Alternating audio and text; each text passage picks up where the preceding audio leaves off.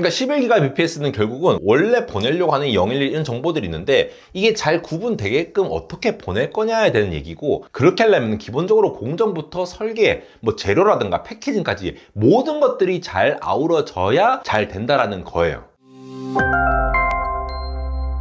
네, 여러분 반갑습니다. 에러입니다. 최근에 HBM4 관련된 얘기들 많이 들으시죠? 이게 굉장히 획기적인 변화이기 때문에 현재 SK하이닉스가 압도적으로 주도를 하고 있는 이 HBM이라는 새로운 D램 시장에서 과연 뒤늦게 준비하던 삼성전자가 잘 따라갈지, 마이크론도 마찬가지고 이게 뭔가 형세가 바뀔 수 있는 건지 이런 거에 대해서 궁금한 점이 굉장히 많은 것 같습니다. 그 와중에 엔비디아의 직접 콜을 받으면서 이 핀당 11GBps라는 요구 조건에 달성이 어렵다라는 기존의 시각을 완전히 물리치면서 마이크론이 새롭게 HBM의 강자로 우뚝 서는 게 아니냐, 뭐 이런 얘기들이 많이 나오고 있는데요. 작년과 올해를 비교를 해봤을 때에도 원래 삼성전자가 그래도 30%에 육박하는 이러한 퍼센트를 가지고 있었는데 많이 줄었죠. 굉장히 많이 줄었고 이만큼이나 줄었어요. 그런데 마이크론이 이 정도밖에 안 됐는데 이렇게나 많이 늘었다는 거죠. 노란색은 하이닉스입니다. 여전히 굳건하게 마켓시어를 가지고 있는 상황이죠. 그런데 이번에 마이크론의 발표, 그러니까 11GBps를 달성했다, 이거 우리가 충분히 달성 가능하다, 샘플을 엔비디아한테 돌렸다, 이런 얘기들이 무슨 얘기인지를 좀 많이들 이제 헷갈려 하시고 실제로 정확한 정보가 나와 있지도 않아서 제가 이 의미에 대해서 좀 말씀을 드리려고 합니다. 그럼 한번 가보시죠. 우선 현재 지금 그림을 보시다시피 HBM4의 단계에 있습니다. 내년에 나올 이 HBM4를 누가 더 잘 만들 거냐, 기존의 SK하이닉스가 당연히 잘 만들겠지 라는 시각이 우세하긴 하지만, 또 삼성전자가 이번에는 잘할 수 있지 않을까? 공정도 더 바꿔가지고 뭐 빨리 준비했다는데 뭐 이런 얘기도 나오고 하죠. 근데 우선 우리가 알아야 될 거는 HBM4 시대는 이전 시대와 완전히 달라지는 부분이 있다는 거예요. 제가 이전에도 하이브리드 본딩 관련된 얘기를 좀 드리긴 했지만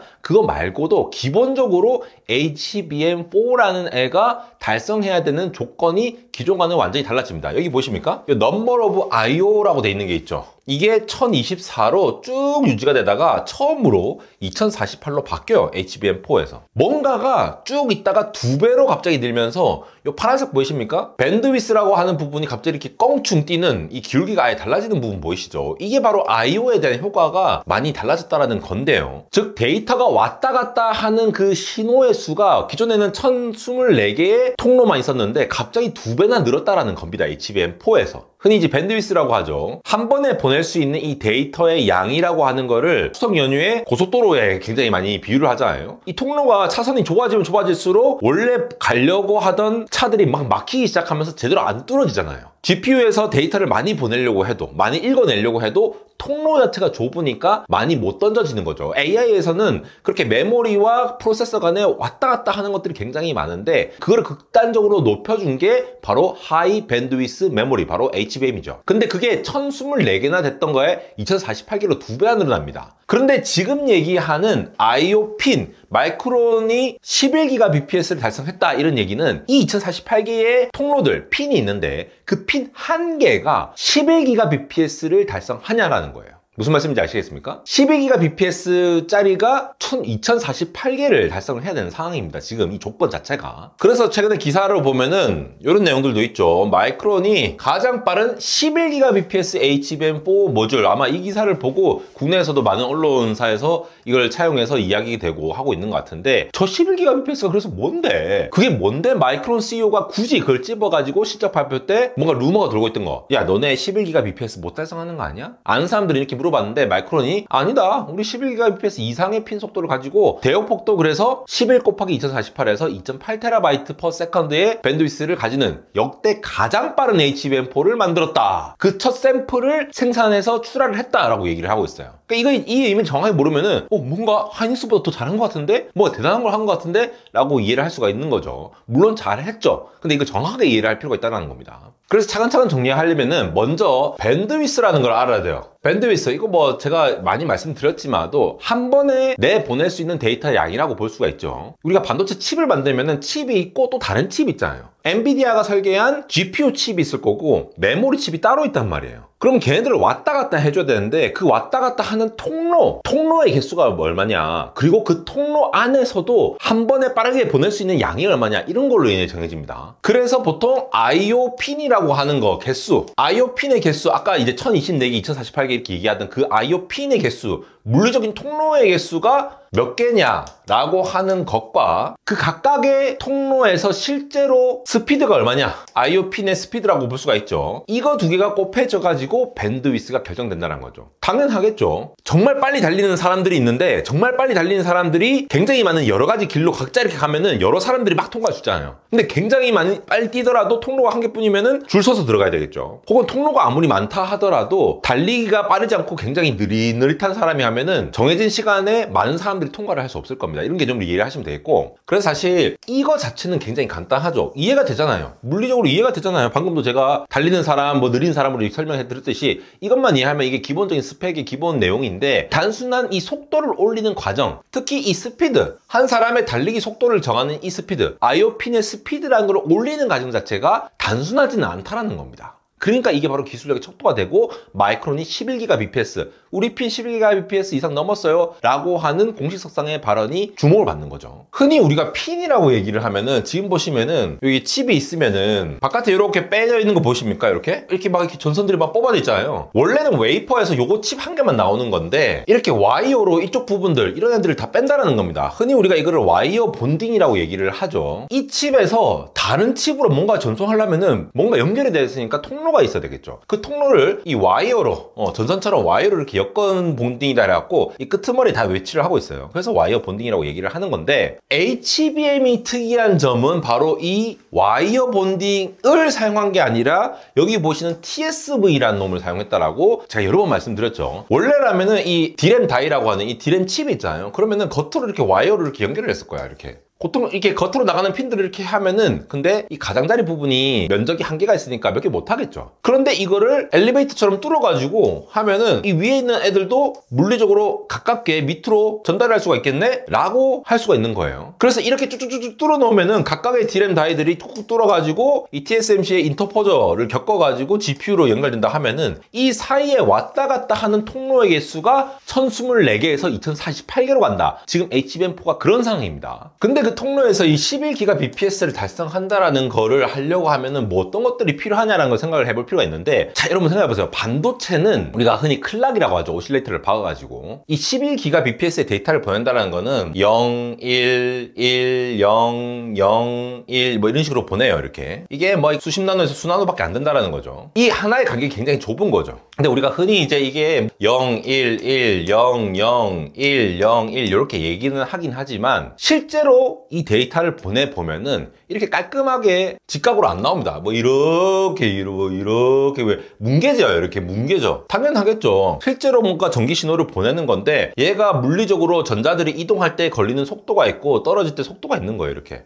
왔다 갔다 한다라는 거죠. 근데 이걸 가만히 생각해 보세요. 이걸 더 빠르게 한다는 거는 클락의 속도를 빠르게 하면서, 기본적인 클락 속도를 굉장히 빠르게 이렇게 왔다 갔다 하면은 얘가 올라갈 새도 없이 내려가야 되고 내려갈 새도 없이 올라가야 되고 막 이런 상황이 벌어지지 않겠습니까? 그러면은 그거 자체를 잘 견뎌낼 수 있도록 설계를 해야 한다는 거죠. 그러니까 11GBps는 결국은 원래 보내려고 하는 011 이런 정보들이 있는데, 이게 잘 구분되게끔 어떻게 보낼 거냐에 대한 얘기고, 그렇게 하려면 기본적으로 공정부터 설계, 뭐 재료라든가 패키징까지 모든 것들이 잘 아우러져야 잘 된다라는 거예요. 그럼 이런 관점에서 굉장히 빨라지면 빨라질수록 저렇게 뭉개지니까 저렇게 안 뭉개질 수 있도록 하는 갖은 방법들을 많이 얘기를 하는데, 보통은 저러한 것들이 이제 왜곡이 되지 않도록, 너무 빨리 보내면은 막 이렇게 자기들끼리 타이밍도 안 맞고 흘러내리고 막 이게 온갖 문제들이 많이 발생하거든요. 그래서 신호가 왜곡되는 걸 방지하기 위해 기본적으로 On Die Termination, ODT라고 하는 것들을 적용을 합니다. 우리가 예를 들어 파도가 이렇게 막 이렇게 치고 있어요. 파도가 치고 있는데 이 파도가 막 치면은 절벽이 이렇게 막 있잖아. 그럼 빡 부딪히면서 막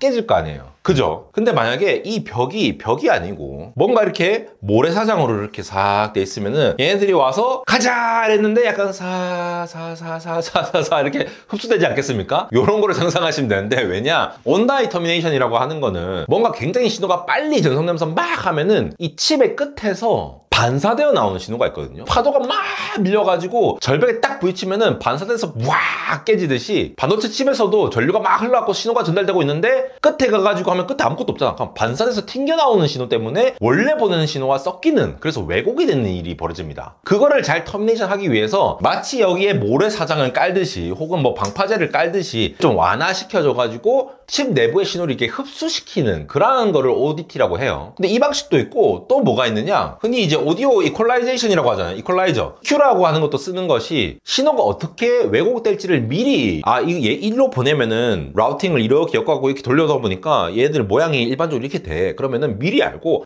마치 우리가 이제 저음을 강화해서 듣고 고음을 좀 약간 줄이고 이렇게 듣고 싶으면 이퀄라이저를 조절을 하잖아요. 그렇게 하듯이 미리 조절해가지고 약해질 것 같은 신호를 미리 좀 강하게 보낸다거나 아니면은 받은 신호를 다시 복원할 때 이퀄라이저를 써가지고 보정한다거나 이런 역할도 합니다. 그래서 결국은 이 신호가 왔다 갔다 이렇게 하고 있을 텐데 또 반사돼서 나올 때 이게 섞여버리면 이상해지니까 요거를 보정한다거나 이퀄라이저를 해가지고 원래 신호를 복원하는 작업 자체를 신경 써서 해야 된다라는 거고, 거기다가 플러스 뭐 우리 전작가 시간에 배우면은 PLL이라든가 DLL이라는 클락들이 있거든요. 클락이 딱 락킹이 돼가지고 이 클락 자체도 계속 이렇게 흔들리거든요. IO 데이터에 대한 트레이닝도 해야 되고, 이 기준이 되는 클락이라는 이 신호가 있는데 여기에 맞춰가지고 딱딱딱딱딱 신호가 나올 수 있게끔 이게 서로 안 맞으면 또 제대로 이 전송이 안 되겠죠. 이런 것들을 다 흔들림 없이 칩 내부에서 잘 락킹을 시키는 역할도 합니다. 이런 여러 가지 기술들이 쓰이고 있다는 거예요. 그럼 이런 것들을 많이 처리를 하는 것들을 이 통로 각각마다 잘 해줘야 된다는 게 HBM의 역할이 되겠죠. 왜냐면 통로 자체가 굉장히 많잖아요. 신호가 지나가는 이 물리적인 도로 상태 자체가 이게 오프로드보다 이 포장된 도로가 굉장히 이제 차가 잘 나가잖아요. 그러니까 그런 조건들을 마련해 준다라고 생각하시면 돼요. 근데 그걸 하려면은 애초에 이 메모리 공정부터 시작해서 재료도 잘 써야 될 거고 패키징이라든가 이런 것들을 잘 해야 되는 거죠. TSV로 뚫을 거면 이걸 얼마나 잘 뚫을 것이냐, D램끼리 이제 본딩해서 MR-MUF로 할 건지 아니면 NCF로 할 건지에 따라서 그러한 특성들이 다 바뀌겠죠. 그리고 이러한 신호 제어를 하는 것이 바로 베이스 다이라고 하는 곳이라고 보시면 돼요. 뭐 다 있겠지만도 이게 베이스 다이라는 말은 많은데, 베이스 다이를 뭐 예를 들어 로직 공정이 들어간다 그래서 TSMC의 첨단 공정으로 베이스 다이를 만들고 그 위에 있는 D램들은 또 하이닉스의 D램을 만든다 이렇게 얘기가 되는데, 삼성 같은 경우에는 메모리도 만들고 있을 수 있고 베이스 다이도 우리가 로직으로 파운드리에서 만들 수 있으니까 다 할 수 있어. 그러니까 삼성이 더 원스톱으로 할 수 있어. 이게 이제 삼성이 주장하는 거죠. 그 베이스 다이에 이런 신호들을 처리를 하고 메모리 각각이 그냥 D램만 가만히 있으면은 D램에서 뭔가 데이터를 읽어올 수 있습니까? 못 읽어와요. D램은 그냥 셀에다가 0과 1을 저장하는 역할밖에 없는데, 그거를 야 너 저장해 말아라는 컨트롤러가 있어요. 그런 역할들을 하는 것들이 베이스 다이에 들어간다라는 거죠. 그래서 소재라든가 패키징이라든가 이 베이스 다이에 들어가는 그런 신호 제어 기술들이라든가 이런 모든 것들이 서로